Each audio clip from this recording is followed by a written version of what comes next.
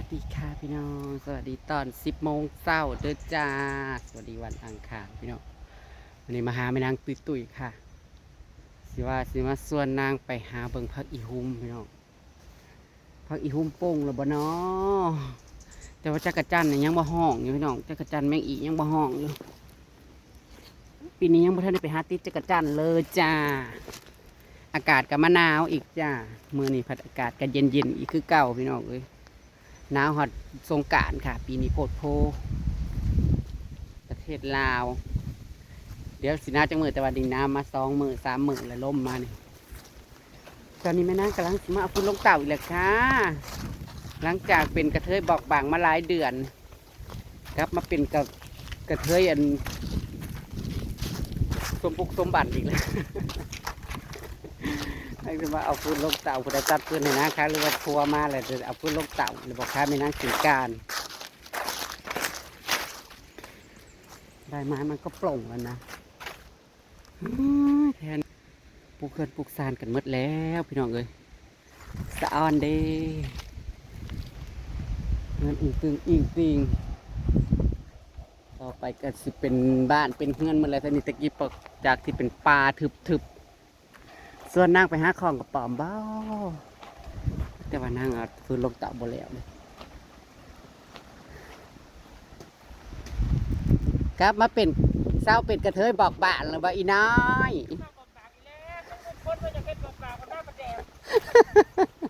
เศร้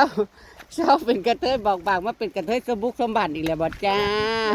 เป็นกระเทยบอกบางกระยันบ่ได้เขานี่เขากินจ้ามันบดทาดจ้าไฟตัดฟืนให้เจ้าตะจันห้องอยู่ย้ำแรกนั้นห้องกันยังโบราณเองหรอว่าเขาเนาะใช่ไหมฟ้าเขาหากเองนะสร้างตังน้ำใจตู้ในละคือตังมาหายอยู่ไม่แน่มันบดแล้วเขาจุดปลาจุดบดแล้วโอ้ยจะเข้าจูดฮัสแตกยังเนาะแต่มันก็ยังลายอยู่ดอกหอกลายอยู่พันทันเลยมันหักฝนบ่ตกพี่น้องเอ้ยคันฝนตกนะมันก็สีออกลายมันก็ยังบ่เห็นฝนตกบัดช่วงฮับไปหายังตะกะแตนน่ะลายลีเนาะตะกระป๋อมนะจนฝนบ่เห็นแล้วสิลงเลยบ่เนี่ยโอ้ยตะกี้ว่าสิลงแล้วมาเบิ่งแล้วหูมันบ่ไปเต่าเลยมาชี้พื้นหน่อยจอกๆตัวนี้หูอันใดมันนี่ไปเบิ่งแน่มันลุลมหมดควายน้อยตะกี้คือว่าน้อยๆนึงตอนพอไงเห็นนะจักแล้วยืดออกไปเลยใหญ่ออกเต่าไม่มานแม่นเมิดบ่ฟื้นนะหูในใสรู้บ่ป๊าดไม่นั่นพูดว่าไม่หมดตุ๊ไม่ตาโลไม่หมดดอกไม่บ้านพระเสียมึงน่ะไม่ตาโลเฮ้ยบริตี้ค่ะเอาเบิร์ดมายังเอาหูไฟมันนะเฮ้ยมันคือปืนนะหูไฟมันนะโอ้มันต้องมันสิบ่ได้ก่อโอบไม่บ่เฮ้ยหูไฟมันนะท่านเอาไว้ให้มันตายมานี่ก็บ้าดิมันก็เป็นเขาท่านเอาไว้มันตายมาจังลงนี้ได้จากนั้นเขาท่านนั่นก็สีลงจังพื้นแต่มันติดแล้วมันจกขนาดจะกี่เจาะไม่ว่าได้ไรแล้วเนาะมันอนาคตแล้วมันลงขาดเลยป้าดว่าได้เบิ่งเต่านะแล้วว่าให้มันเพิ่นน่ะก็ยาวกระเดาะยาวกระเดาะ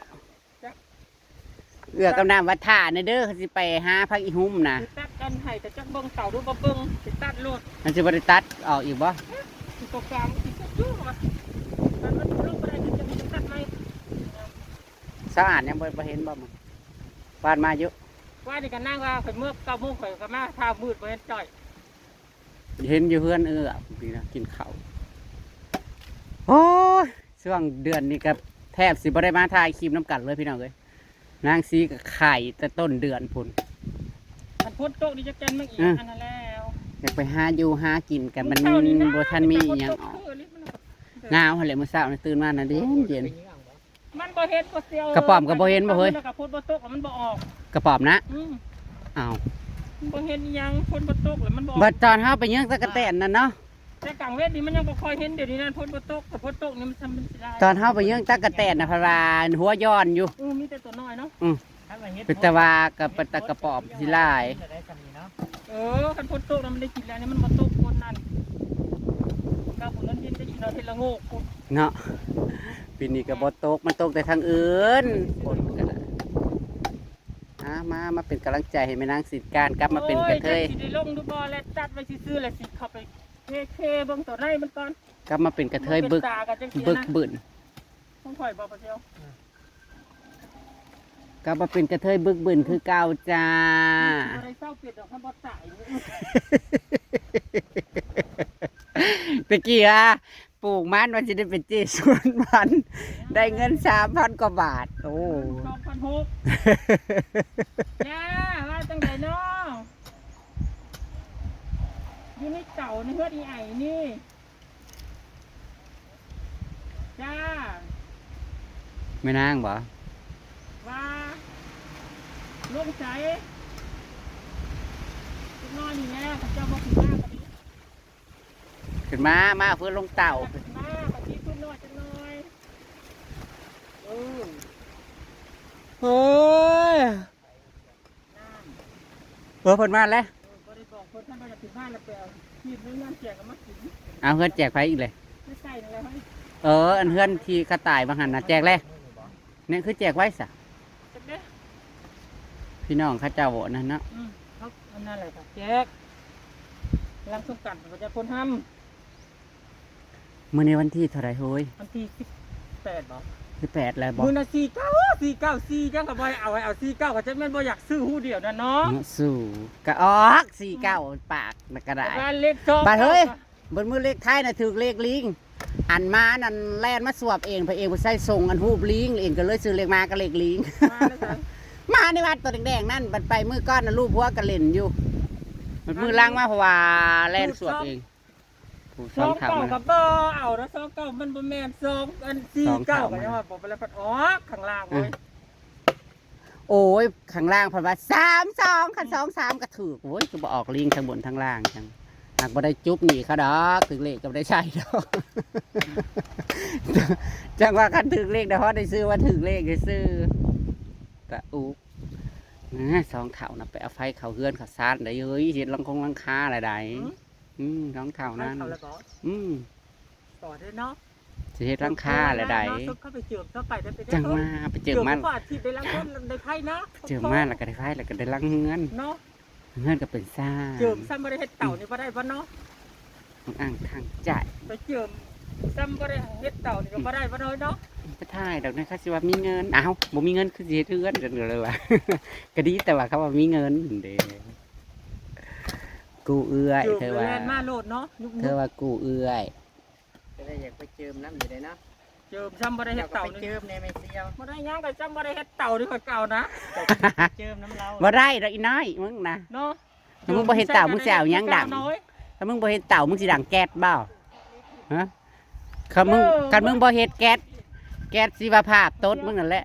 อุ้ยจักโตหาลือจะมารอ เออ เด้อ ไหว้ว่าได้ไหว้ว่า ม่วยเสีย สวัสดีค่ะ เต่านั่นนี่นะ เขาเฮ็ดเฮือนเฮ้ยแถวนี้มีแต่เขาเฮ็ดเฮือนหมดแล้ว เขาก็แล้วเปล่าเฮ็ดเท่านั้นเอ้ย ตายฮะเฮาสิไ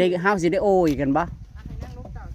โอ้ยต่ำตารางเฮือนขนาดแหละ เฮาสิได้โอยได้อียังเขาบอกบัดนี้นะไหว้ว่าแล้วแหละ สิจกแจ๊กๆนี่แหละมันฮู้มันลูกมันปืน แล้วแหละ สิลงดูสิเฮ็ดใหม่ฮู้มันน่ะเบิ่งได้ลมควายฮู้ มัน ลู ก็ ไป ปึ้ง เทิ อยู่ผู้ลุมค่อยน้อยลิ้นและหูไฟเพิ่นน่ะ ตะกี้ว่าสิลง เป็นตาสีมอนเบิด ขี้ข้าง มึงต้องเอาขี้ตุ่มมาโอบขึ้นเฮ้ยให้มันเป็นล้อมขึ้น ตอนนี้ ลาน เก้าล้านตัดเด้อ ฟาดไม่เหมือดก็เอา ว่าสิเป็นอันผู้หญิงบอกบ่า โอ้ยมันเป็นบ่ได้เดี๋ยวเขามาตายนะตายสิได้ เฮ้ยเริ่มสิลงหน้าแล้วก็กลับมาสู่สภาพเก่า ส่วนน้องแตกก็เก่า แตกจังได๋สนนองนะกะมันมาเหยียบขี้เต่านี่แฮกแตกเจ้าอย่าว่ายังสนนองแตกปูมือผู้ยิบนี่มันตูนขึ้นมันเจ็บดีนะนี่ อันตัวมันนั่นนะ มัน เสี สิ ย มียางโกะออกมาอีกมันเด้งขึ้นมาแล้วนี่ เพราะมันพออีฮูมน่ะมันแก่มันเลยบ่ได้ไปเบาะเบิ่งจักเทื่อบ่ ถ้าว่าอันตัวผู้ยุกไปแล้วนะมันสิแก้พวก มองอันปีกายว่ามันแก่น่ะ หักแต่จักเขาสิขึ้นได้หรือบ่คันลมแบบนี้มันสูง ผักหวานก็สิมีอยู่บ่ปง นี่มันไปเลาะ ไปเลาะเบิ่งเนาะ พวกบดกระแดงกับข้างต่อพุ่นแหละ ถือไม่บ่งคล้องนั่นเด้อเธอได้คล้องกระ ไข่ ป๋อง ไก่มาพักนะเดี๋ยวนี้ไปเลาะเหยียบเอา ไก่ป่านะ เออถ้าเลาะเหยียบกับทั้งหัวแดงนะ เอาเราสิบ่กินข้าวก่อนบ่ มากินข้าวก่อนแล้วเฮ้ย ไประบายหากินข้าวฉันไปห้องก็กินข้าวเช้าฮัตตมา ยังไม่ได้กินข้าวเช้าเลย ป้า ค่อยก็กินซอกซ้ำข้าวหนังยางมาเลยนี่ โอ้ยขอได้อันนี้มาอยู่เด้อมาคำขวด ฉันได้แต่ขาวให้จำนั่นเด้อได้แต่ขาว มาโตกับเขามาโกย บโกโอเย่ จังหวะมุก จังว่าปีนี้นะยังบ่ได้ไปหายังเมื่อคืนนี่เห็นอันคลิปเอื้อปะ ต้องก้อนที่ใช้มื้อนี้ไปได้ เพิ่นคือได้จักกะจันว่ะปลูกจักกะจันกับแพงกระดอก เท่าไรเฮ้ย 15 โต โอ้แต่ก้าวถึงว่า10,000ก็ได้กินเนาะ เห็นว่าละตัวละบาทก็ยังว่าแพงแล้วเพิ่นว่าแห้งขนาดนั้นน่ะล้านตู้กับล้านบาทไปติดจักกะจันมาขายนี่นะ ได้ได้เบิดมือกับบ่ได้ฮอด50ตัวมันได้บ่ย ฮอดกับบ่ห้องยังว่า ไอ้มึงอยู่สาย จักจันนะฮอดกับบ่ห้องนี่นะซ้ำอยากไปคล้องกระป๋อมประท้วงเฮาไปหาตะกะแตนน่ะคือจังหวะหุ่นดอยหัวอยู่สิมาขายให้คนพื้นลงเต่านี่บ่ที่นอนน่ะก็ได้ ทางดี ทางเฮ็ดหยัง อ้าวลงเต่าก่อน บ่เขาเบิดอายุเศร้าเขาใส่ทางแบบนี้นะ พอชุบใส่ปลาสลงแม่บิดเอาก็ได้ได้ สภาสลงสารพัดประโยชน์คนนี้บ่แง่แมงสร้างก็ได้ ชื่อร้อยไปเด้อน้อย แง่แมงสร้างก็ได้ยังบ่ทันได้ร้องแง่หมดแดงซื่อๆฟ้าสลงนางมื้อนี้ก็คือสิได้รวมตัวกันในรอบ8ปีพี่น้องค่ะทีมงาน ติดไข่ แต่ละมือแต่ละดีบ่ได้ค่อยไปอนากันได้ช่วงเดือนนี้นะว่าอีหลีเดือนนี้ช่วงนี้เฮาบ่ได้ค่อยร่วมโตกันเลยนะ เหมือนเราผิดกันเลยเนาะผิดกันหรือเปล่า บ่ ทางกระแสเหรอผิดกันจ้านั่งตุ๋ยกับติดผู้บ่าวน้อยแล้วก็ผิดกัน นั่งบ่ได้ติดผู้บ่าวน้อยนั่น สาวอาจก็สาวตุ๋ยกับแย่งผู้บ่าวน้อยกัน เฮ้ยนั่งบ่ได้ติดผู้บ่าวน้อย เป็ เฮ้ น ย คอนเทนต์บ่ฮะ นั่งบ่ได้ติดผู้บ่าวน้อยผู้บ่าวน้อยนั่นมาติดนางเดี๋ยวนี้นั่น จิเอามาล่าออกมากันยังบ่ทันได้ไปเล่นน้ำนางดอกจ้า นั่งบ่ได้ติดผู้บ่าวเด้อผู้บ่าวติดนางผู้มื้อนี้นะ ก็ เออ จากมือก่อนสิส่วนนางเป็นกินเปื้อนแปลงเป็ดอ่ะเป็ดกระจอยเป็ดบ่ได้กินหัวอาหารคือเป็นเบานา นี่ตัวเดียวเดี๋ยวเจ้านะ ก็ดีแล้วมันจังบ่มันแฮง โอ้ยสองโตตีกันที่เพิ่งมาห้ามตัวเดียว โอ้ยอันเป็ดผูกกับความมันควางน่ะไล่เซิงแต่เป็ดน้อย เจ้าไปใส่ มันจะได้เมียเด็กน้อย เนาะเราคิดว่าอะไรก็ได้ เปิดซิ มีไก่แม่ตัวหนึงผัดดากออกเฮ้ยเบ่งไข่ผัดดากออกเลยจังวะไก่เถา เห็นอยู่มันผักมันใครเป็น เห็น เพื่อนอยู่บ่อีเต้นั่น อีเตี้ยน่ะบ่มันไข่หลายหางจ้า2แม่น่ะ มันไปไข่อยู่คูหางเฮ้ยมี3หางมันก็ไปไข่น้ำเขาอยู่คูหาง สั่นหลัก มันจะคือเป็นอันอีหยังก็อันนกกาว่าวนกกาฝากอะนะนกอันนั่นนะ ก็ไปหาผัก มันไปหาฝาไข่นั่นจ้าหัวมัน บาง นะ ที่กับมันใครแหละครับมาแย่งห้างแล้วมันเป็นไหม มันนะหาไข่น้ำเข้า หรือว่าบางที่กับ หากที่แรกกะแมนห้างมันหาเองก้อนอยู่ เฮ้ เฮ้ ย ย ใครซ่อน อืมแล้วเขาเรามาไข่น้ำมันใกล้น่ะไข่น่ะหาพวกแม่บนเดือนนี้นะเป็น8 เขาจะไปบ้านแข่งมันเขามาขายให้เราบ่ซื้อเป็ดกิโลมันเผาแล้วว่ะ แม่ละ13 14ไข่นะ มันก็บ่ได้ว่าเผาดอก มันไข่แล้วอีหยุดจ้ะนะ ใช่แล้ว เออ เป็นบ้าใหญ่ ใช่2 ตัวมันจะซีเมนต์ตัวใด โอ้ยก็อีมนอีแดงก็อีอันลายๆนั่นคนมันเอาชวดอยู่เดี๋ยวนี้แห้งกะห้ามกะเบิดแหละกะยังบ่ได้ไปซื้อห้ามให้กินแต่ข้าวเปลือกเป็ดนะมื้อนี้เฮาสิเข้าป่าเด้อพี่น้องเอ้ยสิลองไปหาเก็บผักป่าผักหยังเบิ่งแต่ว่าจักรจันทร์แมงอียังบ่ได้ยินเสียงจีๆจ๋าๆอยู่ จะห้าเอา หนาวเดือน ที่ไปห้าไปปลามากิน มันสิหนาวฮอดเดือนสงกรานต์บ่พี่น้องเอ้ย เอาตัวนี้ได้อีก วันนี้ฮะสิไปเลาะป้าได้หยังกันจะจังติดตามคลิปหน้าพี่น้องเดี๋ยวกินข้าวเที่ยงแล้วเขาจังสิไปจ้ะแต่ไม่นางเพิ่นสิ้นฟื้นสกันจักหน่อยนะคะ พี่น้องคะตามคลิปหน้าก็แล้วกันเด้อจ้าพี่น้องมื้อนี้สิรวมโตกันนะคะ ในรอบเดือนนี้นะคะ เราจะได้รวมโตกันตะกี้ก็มิจะไปเบิ่งกันป่วยซื่อๆ เศร้าแล้วบาดนี้เข้าป้าได้แล้ว จะเวียกจ้า อืม แล้วข้าวหมู